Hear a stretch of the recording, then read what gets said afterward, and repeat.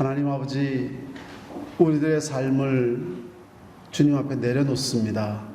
오늘은 저희들의 삶이 어디로 가야 할지 말씀을 통해서 방향을 잡기를 원합니다.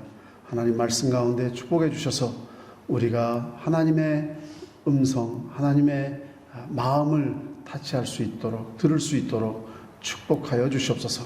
예수님의 이름으로 기도드립니다. 아멘. 지금 팔복의 말씀을 계속 저희가 나누고 있었는데 오늘은 마지막 8번째 복 있는 사람, 팔복으로서는 마지막 이야기가 되겠죠.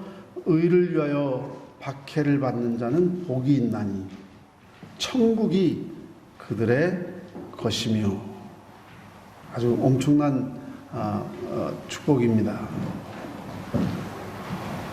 나로 말미암아 너희를 욕하고 박해하고 거짓으로 너희를 거슬러 모든 악한 말을 할 때에는 너희에게 복이 있나니, 이렇게 말씀하시고 계십니다. 그런데 여기에 의를 위하여 박해를 받는 자는 복이 있나니, 이렇게 의라는 것이 있는데 의를 위하여 박해를 받는다라는 의미가 뭘까? 네, 그 바로 11절에 지금 읽어드린 대로 나로 말미암아 너희를 욕하고 박해하고 거짓으로 너희를 거스려 모든 악한 말을 할 때에는 너에게 복이 있나니, 그러니까 평행의 절이죠. 그래서 의를 위하여 박해를 받는 자, 나로 말미암아 박해를 받는 자, 그러니까 의라고 하는 것은 결국 예수 그리스도를 의미한다는 것을 우리에게 보여주고 있습니다. 그래서 성경에 보면은 로마서 3장 21절에 보면은 하나님의 한 의가 나타났으니, 결국 하나님의 의는 예수 그리스도 안에서 우리에게 나타났습니다. 우리에게 의가 있는 것이 아니라 우리가 하나님 앞에서 의로울 수 있는 것은 예수 그리스도께서 십자가에서 주신 그의 의를 옷 입을 때 우리가 의롭다 할 수 있으니, 선지자와 사도들이 선포한 모든 의가 예수 그리스도 안에서 집중되어지고 그리고 나타난 것이죠.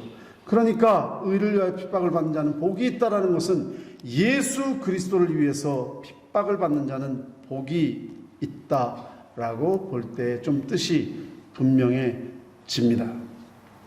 왜냐하면 세상 사람들이 이야기하는 의의 의미가 참 많이 있기 때문에 혼동될 수가 있습니다. 디모데후서 3장 12절 말씀을 보면 무릇 그리스도 예수 안에서 경건하게 살고자 하는 자는 박해를 받으리라. 예수 그리스도 그분이 의일 뿐만 아니라 그분을 위해서 사는 것이 의로운 삶인데 박해를 받을 수가 있다는 것이죠. 우리가 예수를 믿는 일로 인해서 박해를 받는다라고 얘기할 때 한 가지 혼동을 피해야 할 것이 있습니다. 실제로 핍박이 아닌데 핍박인 것처럼 우리가 생각할 수 있는 것들을 일단 배제를 좀 시켜야 될 것 같습니다. 핍박이 아닌 것이 무엇일까? 첫째로, 내가 잘못해서 남에게 벌을 받는 것. 그러니까 핍박은 처벌이 아닙니다. 무슨 말씀인가 하니, 기독교인들도 사회에 살면서 다 잘하는 것은 아니죠. 그 중에는 교회는 잘 다니지만 삶이 잘못 살아가는 분들도 계십니다. 우리가 완전하지 못하니까. 사회에서 지탄을 받기도 하고 사회적인 무리를 일으키기도 하고 또는 부도덕한 삶 때문에 잘못을 저지르기도 하고 또 이기적인 삶 때문에 남에게 피해를 입히기도 하고, 그래서 남들에게 비난받고 처벌당하고, 그럴 때 교회 와서 내가 핍박받았습니다. 내가 그리스도인이기 때문에, 내가 교회를 다니기 때문에 이런 어려움을 당합니다. 그거는 핍박이 아닙니다. 성경도 분명히 우리에게 말씀하십니다. 베드로전서 2장 20절에 죄가 있어 매를 맞고 참으면 무슨 칭찬이 있으랴. 그러나 선을 행함으로 고난을 받고 그리고 참으면 이는 하나님 앞에 아름다우니라.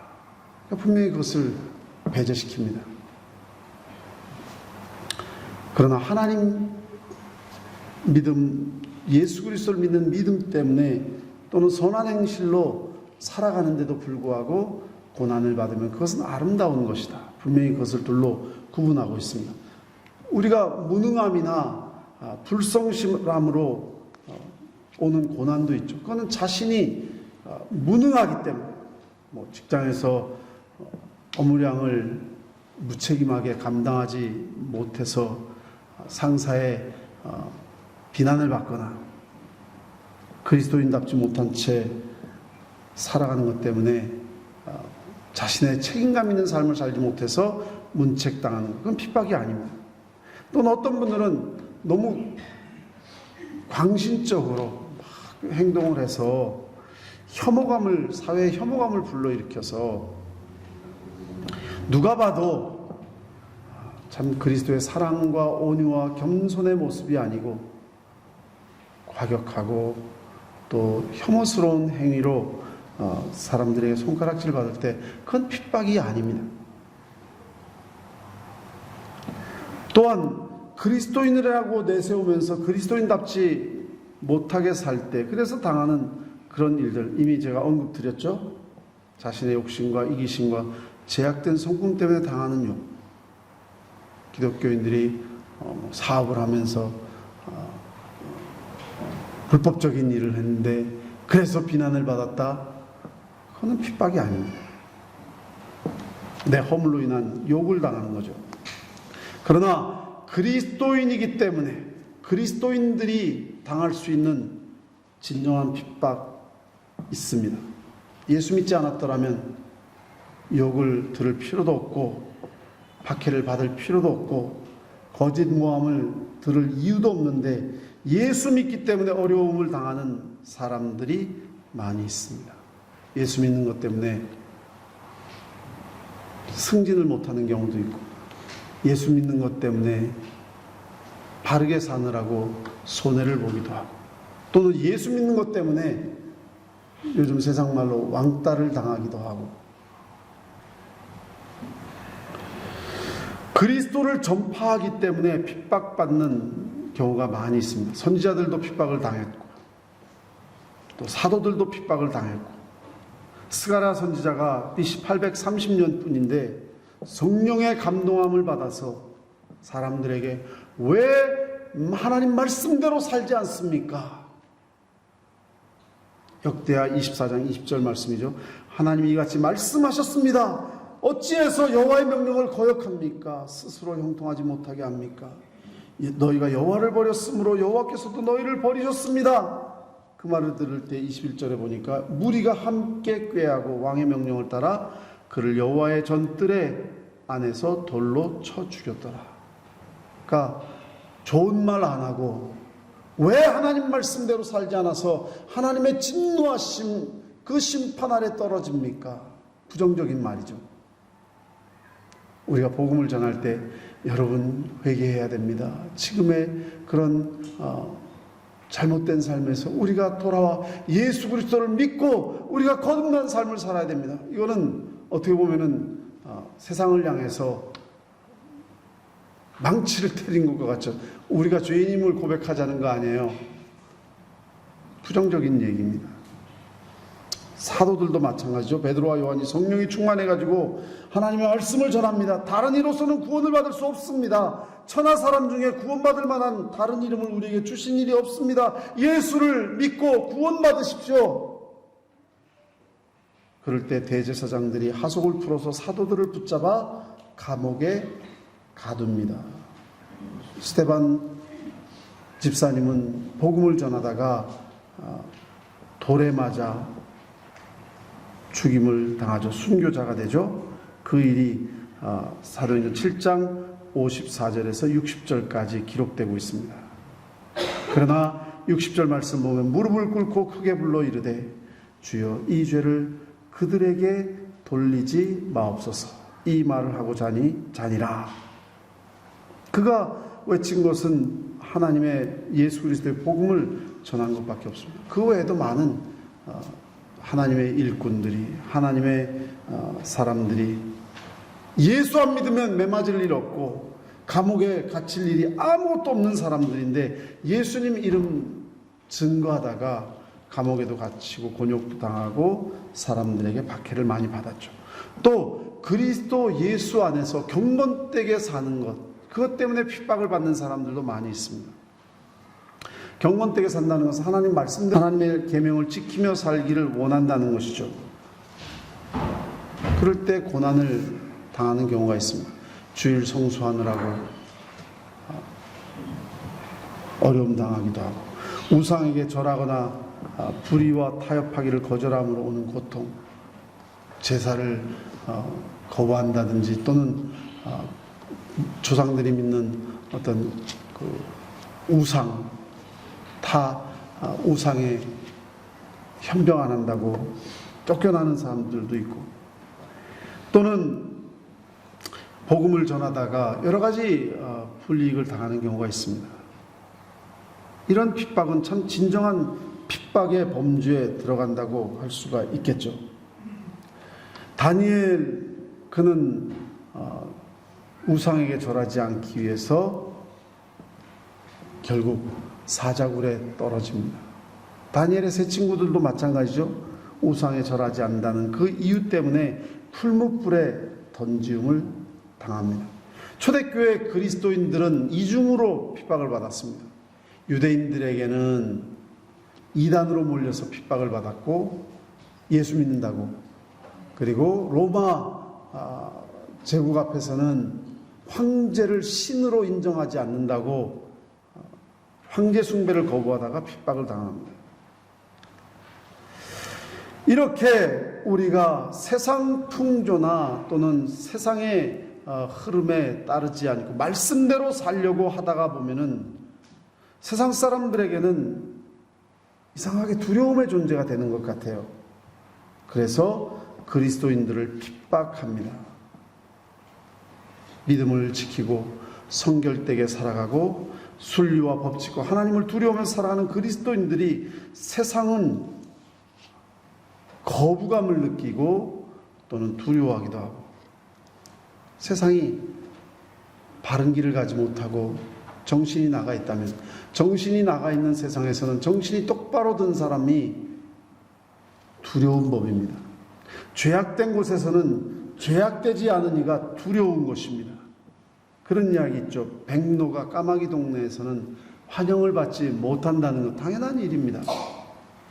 죄악이 많은 곳에 또 혼동이 넘치는 곳에 바른 빛을 들고 있으면 그것을 환영해야 될 텐데 그것을 거부합니다.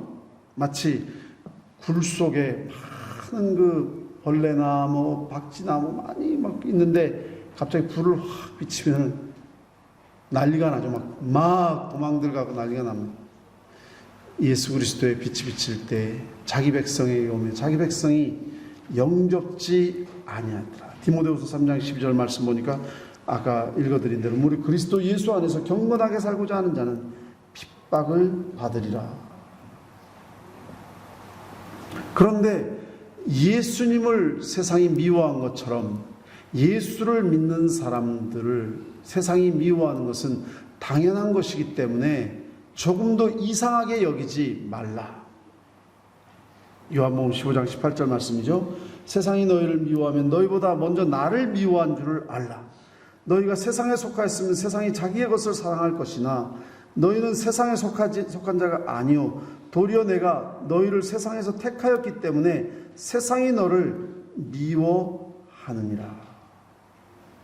예수님을 세상이 미워했다면 예수님을 따르는 자들을 세상이 미워하는 건 당연한 것 아니겠느냐. 조금도 이상하게 생각하지 말라.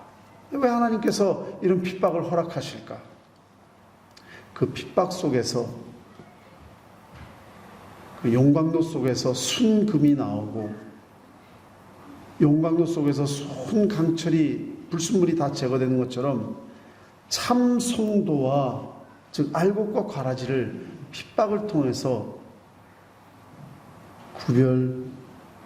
구별되어집니다. 평소에는 잘 몰라요.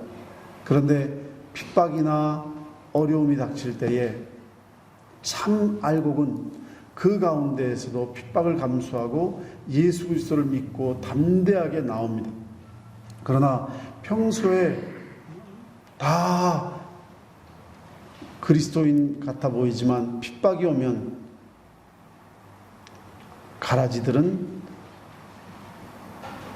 세상과 타협하고 믿음을 부인하고 그리고 세상으로 떠나죠.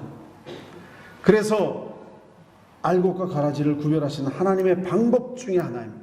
그리스도인으로 만들기 위한 또한 과정으로서 핍박을 허락하기도 합니다. 핍박이 있으면 기도합니다. 더 말씀을 매달립니다. 전적으로 하나님을 의지합니다. 그래서 주님을 더욱 깊게 알게 합니다. 그래서 중국이 핍박을 할 때 지하교회 성도들이 많이 있었는데 오히려 중국의 지하교회 교인들이 미국의 또는 서방의 기독교인들을 위해서 기도하고 있더라는 겁니다. 왜냐하면 서방의 기독교인들이 너무 자유를 누리는데 그들의 신앙이 너무나도 희미하고 또 도덕이 땅에 떨어지고 그리고 믿는지 안 믿는지 정말 구별이 가지 않으니까 죽음을 불사하고 믿는 이들과는 차별되지 않겠습니까? 분명히 다르겠죠. 예수를 믿는 자체 때문에 인생이 전부 다 망가질 수가 있고 그리고 감옥에 갈 수 있고 죽을 수 있는 상황 속에서 정말 알곡 같은 성도들이 나옵니다. 그래서 핍박이 우리에게 신앙의 어려움이 있을 때 정말 우리가 더욱 순수한 그리스도인들로 세워질 수가 있습니다. 그래서 너무 아니라고 또는 어려움이 없는 것, 우리가 지금 핍박을 이야기하고 있지만 호주에 우리가 살고 있는데 여기는 핍박이 없는데 아니요, 우리가 말씀대로 살고 경건하게 살려고 하면요 여기서도 믿는 자로서의 어려움이 반드시 있습니다. 그게 무슨 감옥에 가고 이런 문제가 아니더라도 분명히 삶에 어려움이 있습니다. 손해를 보기도 하고 또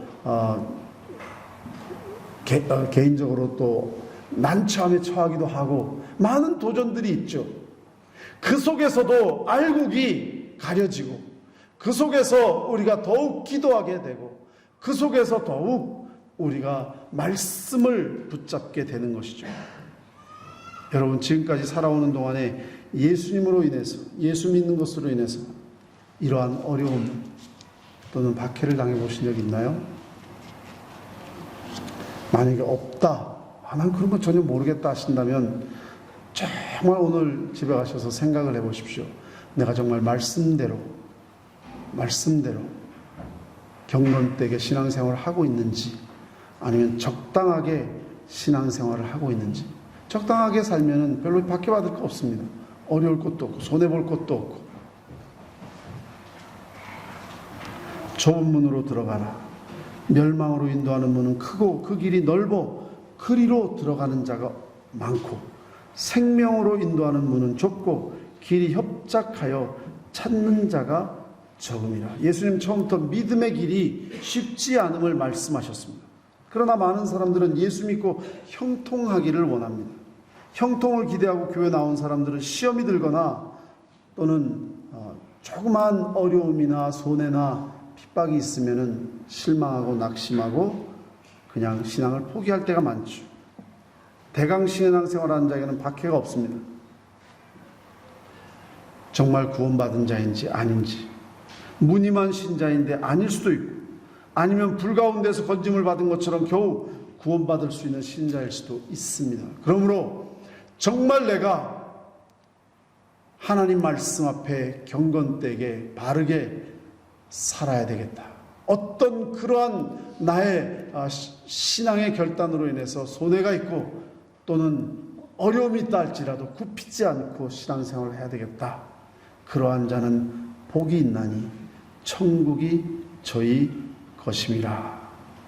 그러므로 박해를 받을 때 두려워하지 마십시오. 근심하지 마십시오. 내가 그러한 예수 믿는 것 때문에 어려움을 당한다는 것은, 또는 홀로 산다는 것은 하나님이 나와 함께 하시는 증거입니다. 그리고 하나님께서 내 안에 계신 이가 세상에 있는 이보다 크십니다. 전능하십니다. 어떻게 세상이 나를 어떻게 할 수 있습니까? 내 안에 계신 이가, 기억하십시오. 내 안에 계신 이가, 하나님, 우리 안에 계신 하나님께서 세상에 있는 마귀보다 훨씬 크신 이입니다. 베드로전서 3장 14절 말씀을 보니까 그러나 의를 위하여 고난을 받으면 복 있는 자니 그들이 두려워하는 것을 두려워하지 말고 근심하지 말고 너의 마음에 그리스도를 주로 삼아 거룩하게 하고 너희 속에 있는 소망에 관한 이유를 묻는 자에게 대답할 것을 항상 준비하되 온유와 두려움으로 하고 선한 양심을 가지라. 이는 그리스도 안에 있는 너희의 선행을 욕하는 자들로 그 비방하는 일에 부끄러움을 당하게 하려 함이라. 몸은 죽여도 영혼을 죽이지 못하는 사람들의 핍박을 두려워하지 말고 우리의 영혼과 몸을 다 심판하실 수 있는 하나님을 두려워하고 또 우리 안에 계신 하나님이 훨씬 더 크신 임을 담대히 믿고 믿음으로 승리하시기를 주님의 이름으로. 그런 일이 있을 때 기쁘고 즐거워하라. 기뻐하고 즐거워하라. 박해나 억울한 일을 당하면은 참는 것은 이해하겠는데 그런 일로 인해서 기뻐하라, 즐거워하라, 가슴에 잘 와닿지 않을 수 있습니다. 예수를 믿는 것은 참 내가 결심하고 진짜 마음에 큰 결심을 하고 믿는데 돌아오는 것은 정말 말씀대로 살려고 했는데 돌아오는 것은 욕과 매와 사람들의 모함뿐이다. 그럼 너무 억울하지 않나요? 너무 슬프지 않나요? 너무 좌절스럽지 않나요? 그런데 예수님께서는 오히려 기뻐하고 즐거워하라 이렇게 말씀하십니다. 어떻게 그럴 수가 있을까? 무엇보다도 고난을 우리가 그리스도로 인해서 당한다는 것은 하나님께서 우리와 함께 하시는 증거이기 때문입니다. 베드로전서 4장 13절 말씀, 오히려 너희가 그리스도의 고난에 참여하는 것으로 즐거워하라. 이는 그의 영광을 나타내실 때에 너희로 즐거워하고 기뻐하게 하려 함이라. 너희가 그리스도의 이름으로 치욕을 당하면 복 있는 자로다. 영광의 왕 곧 하나님의 영이 너희 위에 계심이라. 우리가 예수 그리스도 이름 때문에 경건하게 사는 것 때문에 말씀대로 사는 것 때문에 손해보고 또 모함당하고 홀로 서게 된다면 하나님께서 나와 함께 하시는 증거이기 때문에 오히려 기뻐하라. 그리고 나를 통해서 하나님의 능력이 나타날 정말 축복의 기회입니다. 역경이 위인을 만난다는 말이 있습니다. 핍박이 닥치면 이전에 못 보던 능력을 하나님께서 내 가운데, 내 삶 가운데 이루어 주십니다. 오히려 핍박은 우리를 좌절시키는 것이 아니라 예수 그리스도에 대한 충성과 헌신의 열심을 더욱 불러일으킨다고 말씀드렸습니다. 오직 주님만 바라보게 만든다고 했습니다. 나를 겸손하게 만들어 주십니다. 기도하게 만들어 주십니다. 핍박 속에서 더욱 뜨거운 마음으로 주님을 사랑하게 만들어 주십니다. 핍박을 통해서 오히려 우리는 더욱 열심을 내게 됩니다. 그렇기 때문에 시편 119편 71편에 고난당한 것이 내게 유익이라. 이로 인하여 내가 주의 율례를 배우게 되었나이다. 오히려 이 핍박을 통해서 경건하게 살고 바르게 살고 말씀대로 사는 것 때문에 생긴 이런 손해나 어려움 때문에 오히려 하나님 말씀을 더욱 깊이 알게 되었으니 하나님을 믿는 신앙에 더욱 깊은 신앙으로 들어가게 되었으니 고난당한 것이 내게 유익이라. 그런데 더 나아가서 나에게 어려움을 준 그 핍박하는 사람들을 축복하라고 말씀하십니다. 예수를 믿는 것으로 인해서 모욕당하는 것을 참는 것도 이해가 되고, 자 이제는 오히려 기뻐하라는 것도 이제는 이해가 되는데, 나를 핍박하는 사람들을 오히려 축복하고 저주하지 말라. 그야말로 참 수긍이 참 더 안 가는 말입니다. 그런데 예수님의 명령입니다. 마태복음 5장 43절 보니까 내 이웃을 사랑하고 내 원수를 미워하라 했다는 것을 너희가 들었으나 나는 너희에게 이르노니 너희 원수를 사랑하며 너희를 박해하는 자를 위하여 기도하라. 그것이 스데반 집사님이 하신 일이고 그것이 예수님이 하신 일이죠. 그리고 예수님을 진심으로 따랐던 바울이 했던 일입니다. 로마서 12장 14절 바울은 자신의 고백 속에서 이렇게 이야기합니다. 너희를 박해하는 자를 축복하라. 축복하고 저주하지 말라. 즐거워하는 자들과 함께 즐거워하고 우는 자들과 함께 울라. 서로 마음을 같이하며 높은 데 마음을 두지 말고 도리어 낮은 데 처하며 스스로 지혜 있는 채 하지 말라. 아무에게도 악을 악으로 갚지 말고 모든 사람 앞에서 선한 일을 도모하라. 할 수 있거든 너희로서는 모든 사람과 더불어 화목하라. 내 사랑하는 자들아 너희가 친히 원수를 갚지 말고 하나님의 진노하심에 맡기라. 기록되었으되 원수 갚는 것이 내게 있으니 내가 갚으리라고 주께서 말씀하시니라. 내 원수가 줄이거든 먹이고 목마르거든 마시게 하라. 그리함으로 내가 숯불을 그 머리에 쌓아놓으리라. 악에게 지지 말고 선으로 악을 이기라. 지금 바울이 전혀 개념 없는 말을 하는 게 아닙니다. 왜냐하면 바울 그 자신이 고린도후서 11장 23절에서 28절 말씀까지를 보면은 얼마나 예수 믿는 것 때문에 고통을 당했는지 모릅니다. 매를 맞고 감옥에 갇히고 돌에 맞아 죽을 뻔하고 지금 뭘 몰라서 하시는 말씀이 아닙니다. 스스로 모든 고난을 다 당해 보셨습니다. 그런데 그들을 축복하고 그들을 위해서 기도하고 이런 기독교인을 감당할 수 있는 세상 사람 또는 세상의 권세, 세상의 존재가 있을까요? 그리스도인들은 세상이 감당하지 못합니다.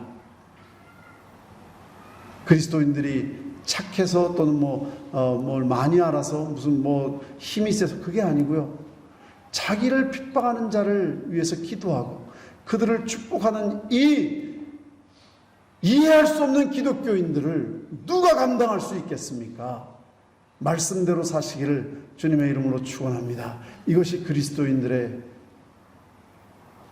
다른 점이고 이것이 하나님이 함께 하시는 백성의 특징입니다. 그러므로 핍박을 당할 때에 기쁨으로 이길 수 있도록 그렇게 해달라고 기도하십시오. 내 힘으로는 안 됩니다. 우리 힘으로는 핍박을 이길 수 없습니다. 우리 자신들은 핍박이 오면 원망이 나오고 남이 나를 모함하면 화가 나고 남이 나를 억압하면 분노가 생기고 그게 우리 본능입니다. 그러나 주님 말씀대로 설 수 있도록 도와주시옵소서. 말씀을 의지해서 모든 핍박을 이기게 해주시옵소서. 말씀을 의지해서 주님을 핍박하는 그것이 축복임을 알게 해주시옵소서. 하나님 이 핍박을 거두어 주시옵소서. 그러나 나에게 이 핍박을 주님이 잔으로 주신다면 하나님 마시게 하시고 또 그들을 축복하고 그들을 위해서 기도하게 하여 주시옵소서. 그러나 분명한 것은 그런 핍박 때문에 그런 삶의 손해 때문에 그런 모함 때문에 그런 위협 때문에 신앙을 타협하지 마십시오. 마귀는 바로 그것을 원하는 것이거든요. 그런 위협, 그런 압박, 그런 손해, 그런 것 아주 우리의 본능을 너무 잘 압니다. 그래서 마귀가 원하는 것은 타협하기를 원하는 것입니다. 봉사 직분을 감당하는데 타협하기를 원합니다. 주일 성수하는데 타협하기를 원합니다. 헌금하는데 타협하기를 원합니다. 사랑으로 살아가는데 타협하기를 원합니다. 진리로 살아가는데 타협하기를 원합니다. 주님의 증인 사명 감당하는데 타협하기를 원합니다. 그래서 우리의 신앙이 거룩한 하나님의 신앙이 되지 않고 세속화된 신앙, 세속화된 삶으로 변화되기를 원하는 것이 마귀의 원하는 것이죠. 우리가 그래서 신앙의 기쁨도 잃어버리고 신앙의 목적도 잃어버리고 그냥 적당히 이름만 가진 기독교인이 되어서 교회에 그냥 유지하고 나가기를 원하는 것이 마귀가 원하는 것입니다. 그러나 우리가 신앙을 타협하지 않고 믿음으로 나아가고 핍박을 이기고 또 핍박하는 자를 위해서 기도해주고 축복해줄 때에 심판은 누가 한다 그랬습니까? 하나님이 하십니다. 우리가 안 해도 머리에 숯불을 쌓아 놓는다는 것은 얼굴이 숯불이 쌓으면 벌지 스스로 부끄러움을 당하게 될 겁니다. 욕하고 박해하는 자들이 부끄러움을 당할 뿐만 아니라 결국은 하나님의 심판 아래 떨어지게 됩니다. 선지자 미가야를 욕했던 아방,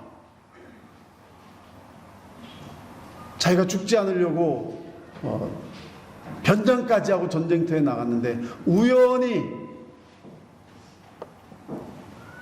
어느 병사가 쏜 화살에 우연히 활에 맞아서 변장하고 나갔는데도 죽었습니다. 그건 우연이 아니죠. 하나님께서 심판하신 것입니다. 세례 요한의 목을 베었던 헤롯 안티파스, 그의 조카 헤롯 아그리빠에게 고소당해서 로마 황제에게 쫓겨나서 유배 생활하다가 비참하게 죽습니다. 야고보 사도의 목을 베고 베드로 사도를 옥에 가뒀던 헤롯 아그리빠 1세는 벌레가 창자에 들어가서 충이 창자를 먹어서 썩어서 죽는 병에 걸려서 죽습니다. 모르드게를 죽이려던 하만은 자기가 모르드게를 죽습니다. 그러므로 그 심판 하나님께 맡기고 우리가 할 일은 그들을 위해서 기도해주고 그들을 축복하는 것. 그렇게 할 때에 하늘나라의 상이 크다 말씀하셨습니다. 기뻐하고 즐거워하라. 하늘에서 너희의 상이 큽니다. 그러므로 좁은 길을 가는 십자가의 신앙을 조금도 주저하거나 망설이거나 거부하거나 그렇게 하지 마십시오. 어느 여집사님이 신앙생활을 열심히 하는데 봉사하는 게 좀 힘들었어요. 근데 잠을 잤는데 꿈을 꿨습니다. 자기가 십자가를 지고 가는데 너무 무거워요. 예수님께 이거 좀 잘라주십시오 해서 좀 잘라주셨는데 좀 쉬웠는데 그래도 가기가 너무 힘들어요. 예수님 한 번만 더 잘라주십시오. 한 3-4번 하니까 동강하니까 아주 딱 적당하게 들고 가게 적당하게 됐어요. 그래서 이제 가다 보니까 요단강이 나오는데 다른 사람들은 그 십자가를 배처럼 타고 싹 지나가는데 자기 십자가는 요만하니까 탈 수가 없어요. 그래서 강가에서 엉엉 울다가 잠이 깼답니다. 여러분, 십자가가 우리에게 무거워 보이지만 지금 말씀하신 대로 기쁨으로 지고 가면 십자가가 나를 태우고 요단강을 건너게 될 줄로 믿습니다. 바르게 사십시오. 말씀대로 사십시오. 핍박을 두려워하지 마십시오. 손해보는 것을 두려워하지 마십시오. 하나님께서 여러분들에게 선지자에게 주셨던, 사도에게 주셨던 큰 영원한 상을, 면류관을 여러분에게 주실 줄로 믿습니다. 같이 기도하겠습니다. 하나님 아버지 감사합니다. 우리가 인간이기에 약할 때가 많습니다. 적당히 살고 싶고 남에게 싫은 소리 듣고 살고 싶지 않고 아버지 하나님 그냥 세상과 더불어 살고 싶은데 아버지 하나님 이제 말씀 앞에 서게 하시고 말씀 앞에 담대히 서게 하시고 신앙의 순결을 지키게 하시고 그로 인해 생기는 모함이나 박해나 어려움 나에게 주어진 십자가라 알고 기쁨으로 지고 나아가게 하시옵소서. 하나님의 말씀 또 복음을 예수 그리스도의 복음을 담대하게 전할 수 있는 믿음의 담대함 허락하여 주시옵소서. 나를 핍박하고 나를 모함하고 나를 어렵게 하는 사람들 미워하지 말게 하시고 그들을 사랑으로 불쌍히 여기게 하시고 그들을 위해 기도하게 하시고 그들을 축복하는 믿음도 허락하여 주시옵소서. 예수님의 이름으로 기도드립니다. 아멘. 지금은 우리 주 예수 그리스도의 무한하신 은혜와 만극하신 아버지 하나님 사랑과 성령의 교통하심과 역사하심이 오늘 이 자리에 나와 하나님의 은혜를 사모하며 주의 뜻대로 살아가기를 원하는 모든 성도들 머리 위에 지금부터 영원토록 함께 하시기를 축원하옵나이다. 아멘.